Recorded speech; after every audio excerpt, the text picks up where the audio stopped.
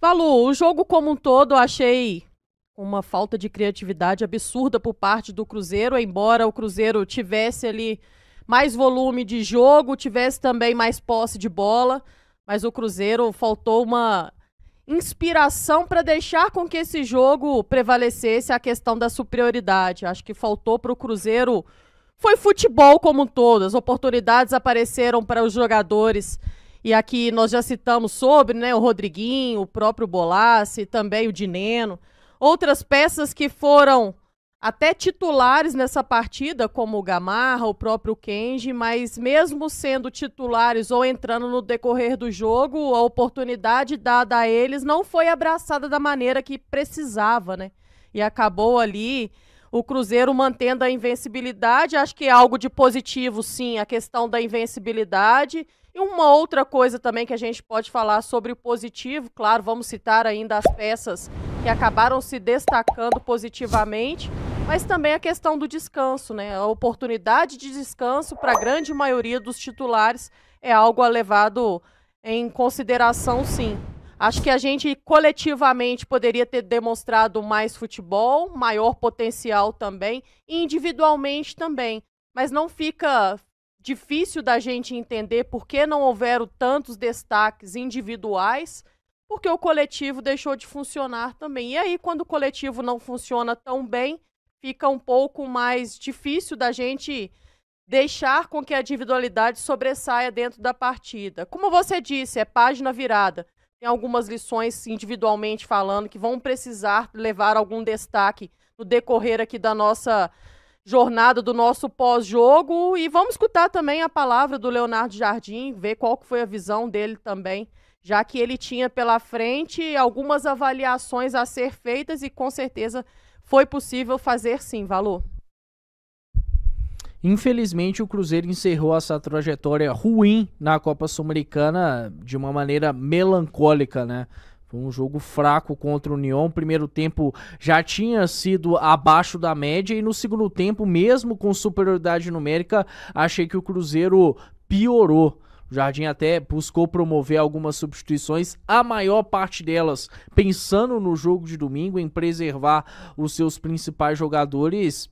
E o Cruzeiro basicamente ficou abusando de bolas alçadas na área, de cruzamentos, por muitos momentos tendo dificuldade de manter a posse no ataque, acho que ainda mais do que no primeiro tempo.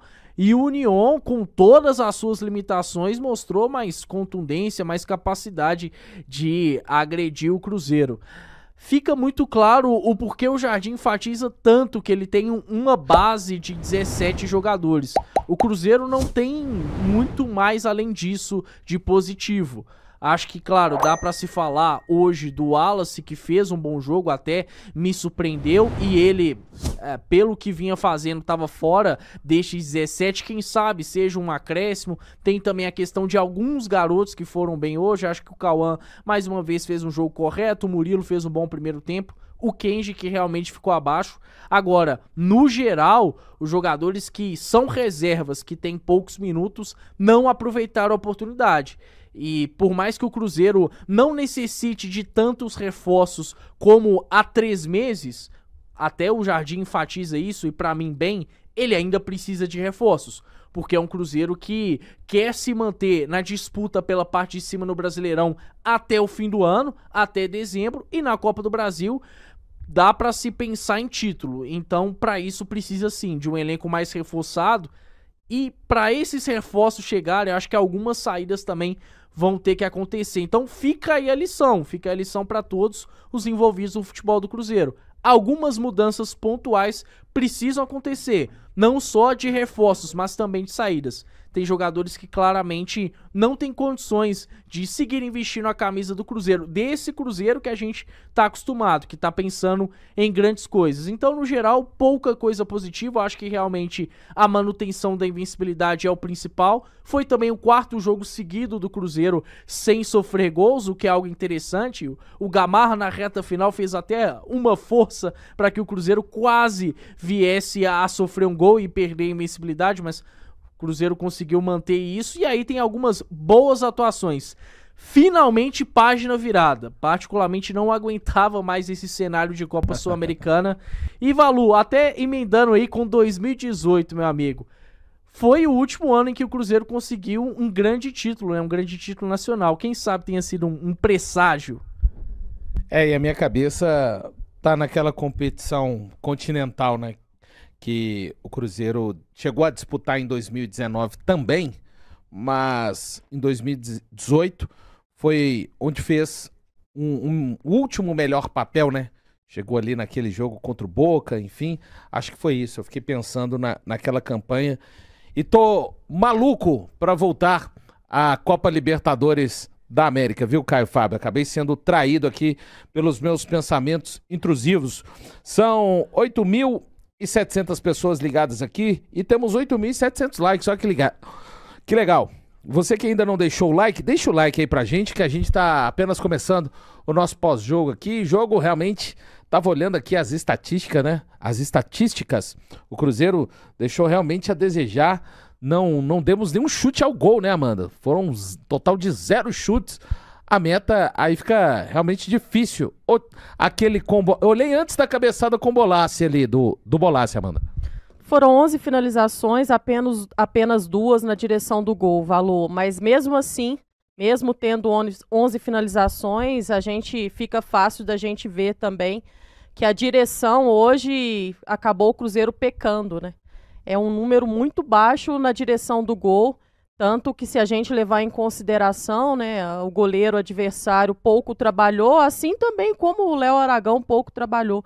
Acho que foi um jogo até um pouco mais movimentado na linha do meio de campo e também pelos lados, mas com finalizações sem efetividade por 2 lados, né?